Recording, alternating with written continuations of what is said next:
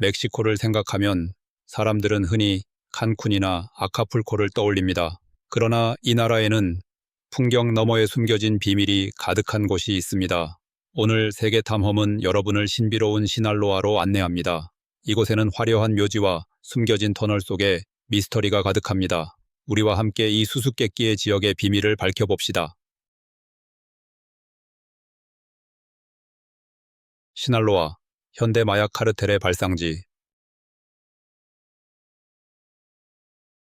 수많은 자연경관과 역사적 보물을 간직한 시날로아는 동시에 마약 밀매와 깊이 연관된 세계에서 가장 악명 높은 지역 중 하나입니다. 멕시코의 농업 중심지로 시작된 이주는 불법 약물에 대한 막대한 수요에 힘입어 글로벌 마약 제국의 중심지로 발전했습니다. 이 모든 것은 제2차 세계대전 중에 시작되었습니다. 당시 미국 정부는 부상당한 군인들을 위한 모르핀을 생산하기 위해 아편이 필요했으며 이 일시적인 협력으로 인해 시날로아의 양귀비 농장이 번성하게 되었습니다. 그 후 수십 년 동안 마약 밀매업자들은 권력을 강화하며 콜롬비아 코카인 생산자 및 국제 밀수 네트워크와 영예를 구축했습니다. 오늘날 시날로아 카르텔은 다국적 기업처럼 운영되며 멕시코 국경을 넘어 막대한 영향을 미치고 있습니다. 이들의 존재는 지역 사회를 변화시키고 폭력을 조장하며 이 지역의 정체성 깊숙이 뿌리내리고 있습니다. 시날로아가 마약 밀매의 중심지가 된 과정. 시날로아가 멕시코의 농업 중심지에서 글로벌 마약 밀매의 핵심 지역으로 변모한 과정은 경제 변화, 국제적 수요, 그리고 강력한 카르텔의 성장 이야기입니다. 20세기 대부분 동안 시날로아는 비옥한 토지로 유명했으며 옥수수, 대두, 참깨와 같은 필수 작물을 생산하는 농업의 중심지였습니다. 그러나 이들 농작물 사이에서 또 다른 형태의 농업이 은밀히 번창하고 있었습니다. 바로 양귀비와 대마초 농장이었습니다. 이 불법 작물들은 결국 세계 마약 거래를 부추기며 시날로아의 농촌 지역을 조직 범죄의 거점으로 변화시켰습니다. 이 변화는 제2차 세계대전 중 시작되었습니다. 미국은 부상당한 병사들을 치료하기 위해 대량의 모르핀이 필요했으며 갑작스러운 수요 증가로 인해 미국 당국과 멕시코 양귀비 농부들 사이에 예상치 못한 협력이 이루어졌습니다. 많은 농부들이 시날로아 출신이었으며 이 협력 덕분에 마약 재배가 본격적으로 성장할 기회를 얻게 되었습니다. 그러나 전쟁이 끝난 후 이 파트너십은 붕괴되었고 이미 경험을 쌓고 막대한 자금을 확보한 지하 마약 네트워크는 새로운 시장을 찾아 나섰습니다. 1980년대에 접어들면서 시날로아의 마약 밀매업자들은 더 이상 단순한 양귀비 농부가 아니었습니다. 이들은 국제 마약 거래의 핵심 인물로 성장했으며 콜롬비아 카르텔과 협력하여 막대한 양의 코카인을 미국으로 밀반입하기 시작했습니다. 시간이 지나면서 정부의 강력한 단속으로 콜롬비아 카르텔이 약화되자 시날로아 카르텔은 글로벌 마약 공급망의 주도권을 장악하게 되었습니다. 그러나 이러한 권력 장악에는 큰 희생이 따랐습니다. 지역 사회 전체가 영향을 받았으며 폭력과 부패, 그리고 카르텔의 영향력이 일상에서 벗어날 수 없는 요소가 되었습니다. 한때 농업으로 번성했던 작은 마을들은 이제 마약 조직의 호화저택, 비밀 비행장, 그리고 카르텔의 이익을 보호하는 중무장한 무장 세력들에 둘러싸이게 되었습니다. 오늘날 시날로아 카르텔은 다국적 기업처럼 운영되며 정교한 물류 시스템, 자금 세탁 네트워크, 그리고 지하 터널, 드론, 간이 잠수함과 같은 첨단 밀수 기술을 활용합니다. 이들은 여전히 세계에서 가장 강력한 범죄 조직 중 하나로 영향력이 멕시코 국경을 넘어 전 세계로 확장되고 있습니다. 그러나 시날로아의 마약 밀매는 단순한 범죄 문제를 넘어 하나의 독특한 문화적 현상을 탄생시켰습니다. 그것이 바로 나르코 문화, 나르코컬처입니다. 이 문화는 음악, 사치, 그리고 영성이 얽힌 복잡하고도 논란이 많은 사회적 정체성을 형성하며 시날로아의 일상에 깊이 뿌리내리고 있습니다. 나르코 문화, 음악, 사치, 그리고 영성. 시날로아에서 마약 카르텔의 영향력은 단순한 범죄의 영역을 넘어 하나의 독특한 하위 문화를 형성했습니다. 이 문화는 부, 폭력, 그리고 종교적 신앙이 결합된 복합적인 정체성을 가지고 있습니다. 이 현상이 가장 두드러지게 나타나는 곳은 시날로아의 수도 쿨리아칸입니다. 이 도시는 모순으로 가득 차 있습니다. 한쪽에는 활기찬 거리, 대학, 그리고 성장하는 산업이 자리 잡고 있지만 다른 한쪽에서는 화려한 카르텔 장례식, 고급 방탄 차량, 그리고 마약 자금으로 건설된 건축물이 흔히 목격됩니다. 나르코 문화를 가장 상징적으로 보여주는 곳은 쿨리아칸의 공동묘지입니다. 멕시코 대부분의 묘지는 소박한 안식처이지만 이곳은 마치 부유층 주택가를 방불케 합니다. 이곳의 묘지는 미니 저택처럼 지어졌으며 일부는 9만 달러, 약 1억 원가 넘는 비용이 들기도 합니다. 여러 층으로 이루어진 내부에는 대리석 장식, 에어컨, 보안 카메라, 심지어 방탄 유리까지 갖춰져 있습니다. 이 화려한 묘지들은 그곳에 묻힌 사람들의 부와 권력을 반영합니다. 그러나 이들의 공통점은 대부분 젊은 나이에 생을 마감했다는 것입니다. 많은 이들이 20대 또는 30대 초반에 카르텔 전쟁으로 인해 목숨을 잃었습니다. 일반적인 멕시코 묘지에서는 가족성을 자랑스럽게 새겨놓지만 나르코 묘지 중 상당수는 익명으로 남아 있으며 그들의 신분을 알리는 것은 오직 호화로운 무덤뿐입니다. 건축뿐만 아니라 나르코 문화는 음악에도 큰 영향을 미쳤습니다. 나르코 코리도, 나르코 초리도스라는 음악 장르는 마약 왕들의 삶을 미화한 발라드로 멕시코뿐만 아니라 라틴 아메리카 전역, 심지어 미국 일부 지역에서도 엄청난 인기를 끌고 있습니다. 이 노래들은 카르텔 지도자들을 현대판 민중 영웅으로 묘사하며 그들의 부, 전투, 그리고 무법자적 삶을 찬양합니다. 일부 지역에서는 청소년들에게 미치는 영향을 우려하여 나르코 코리도를 금지하기도 했습니다. 그러나 나르코 문화에서 가장 독특한 요소는 종교적 신앙과의 연결성입니다.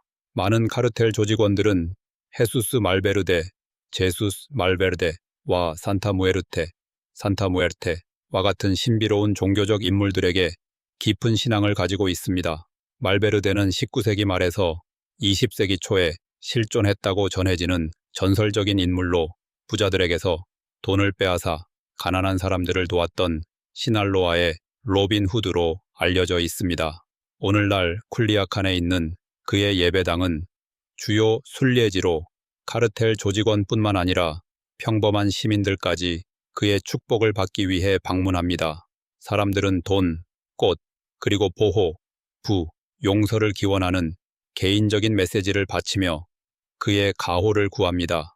이러한 영적 신앙과 마약 산업의 부, 폭력이 결합되면서 형성된 문화적 정체성은 매혹적이면서도 동시에 섬뜩한 세계를 만들어냅니다. 범죄와 신앙, 그리고 사치가 공존하는 이 독특한 사회를 외부인들은 쉽게 이해하기엔 어렵습니다.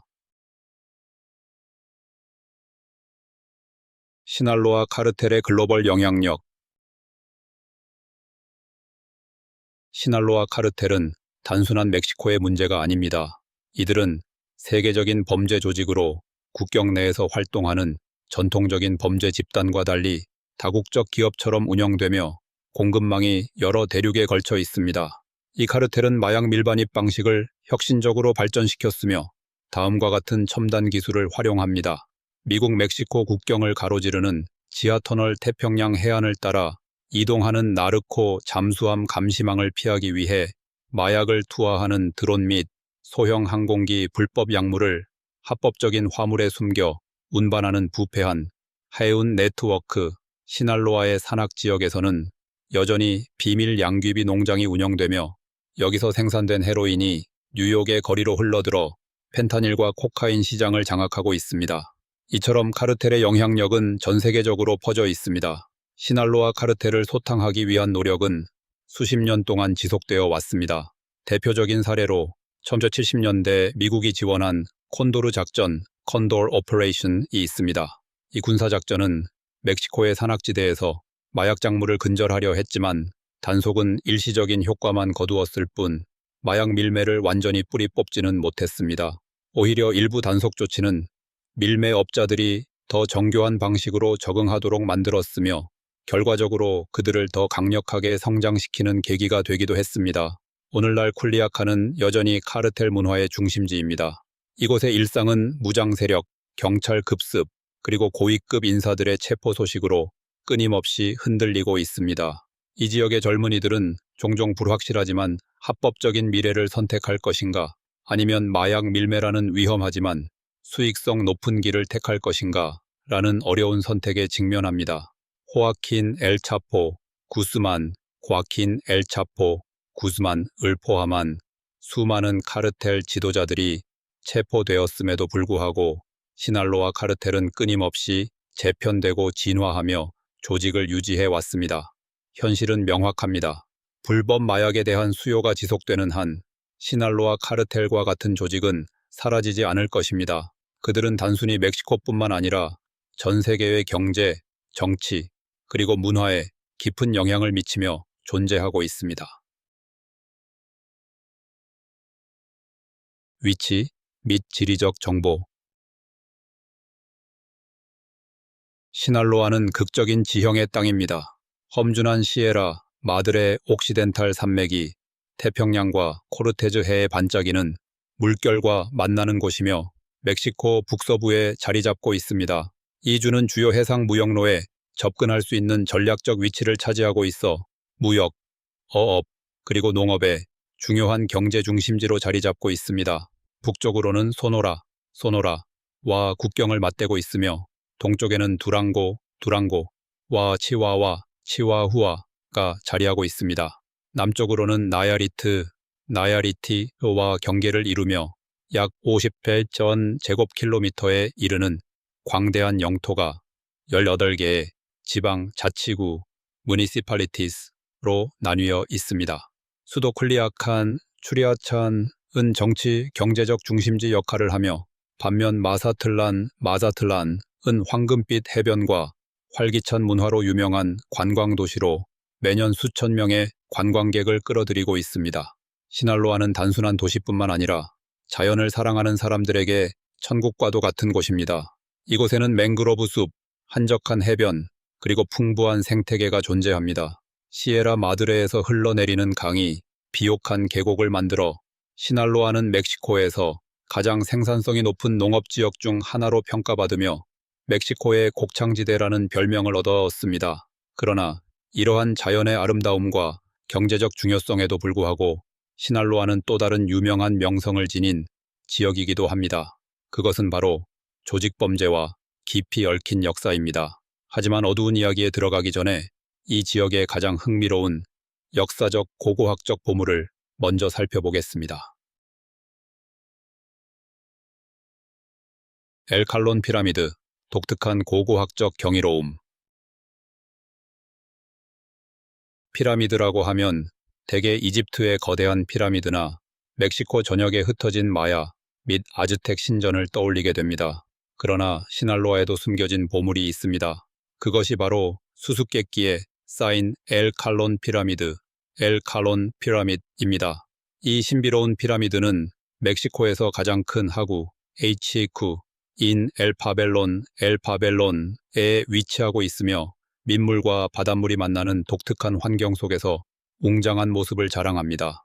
하지만 이 피라미드가 특별한 이유는 위치뿐만 아니라 사용된 건축 자재 때문입니다. 다른 메소아메리카 문명에서처럼 거대한 석재 블록을 사용하지 않고 약 2억 7,500만 개의 조개 껍데기를 쌓아 만든 것입니다. 이 피라미드는 높이 30m, 기단의 크기는 100m, 10m에 달하며 아스타틀란 시대 에이저타틀란 호라이즌 700CG 1200년경에 건설된 것으로 추정됩니다. 그렇다면 왜 조개 껍데기였을까요? 당시 이 지역에 거주하던 선시엔, 스페인 시대의 원주민들에게 조개 껍데기는 풍요, 다산, 두오찬, 그리고 바다와의 신성한 연결을 상징했습니다.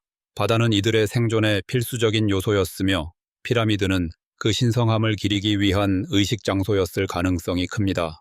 고고학자들은 이곳이 종교적 의식과 공동체 행사가 열리는 장소였을 것으로 보고 있습니다. 또한 이 피라미드의 존재 자체가 기존의 고대 건축 개념을 뒤흔든다고 평가됩니다. 엘칼론 피라미드는 고대 문명들이 자신들이 처한 환경에 맞춰 어떻게 건축을 혁신적으로 발전시켰는지를 보여주는 경이로운 사례입니다. 마사틀란의 선시엔 스페인 시대 유적. 태평양의 진주, Pearl of the Pacific라 불리는 마잘란은 그림 같은 해안선, 활기찬 산책로, 그리고 풍부한 문화적 전통으로 잘 알려져 있습니다. 그러나 이 현대적인 매력 뒤에는 깊은 역사적 유산이 숨겨져 있습니다.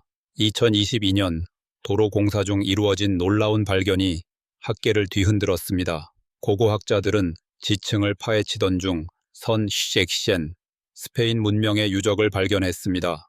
이 유적은 900년, 1200년경으로 추정되며 아즈텍 문화권과 연관이 있는 것으로 보입니다.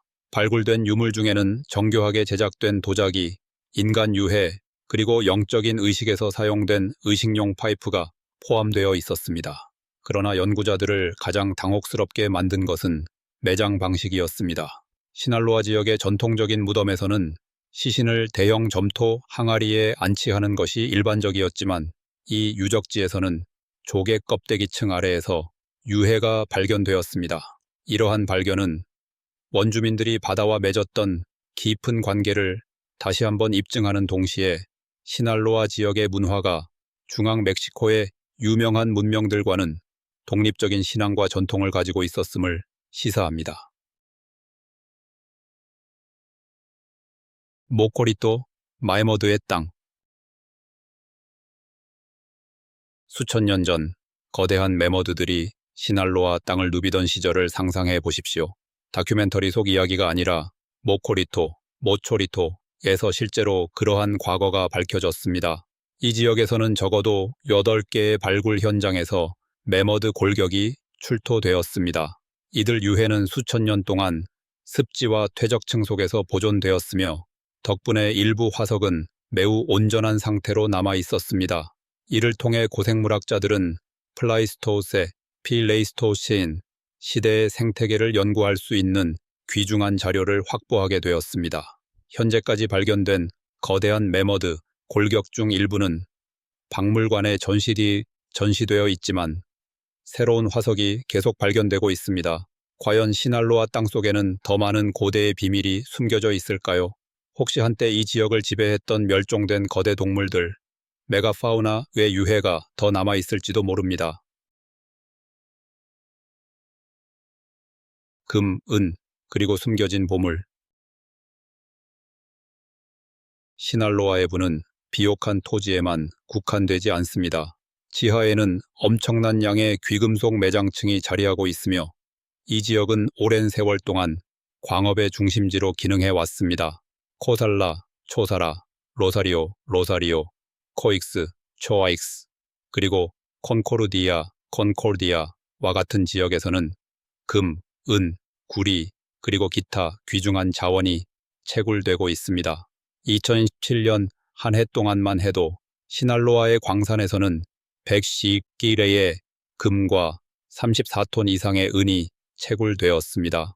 이러한 경제적 활동은 국제 기업들의 투자를 불러일으켰지만 동시에 환경적 사회적 문제도 초래하고 있습니다.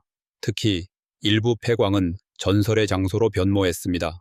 스페인 정복자들이 남긴 보물이나 악명 높은 무법자들이 숨겨놓은 금화가 있다는 소문은 보물 사냥꾼들의 상상력을 자극하고 있습니다.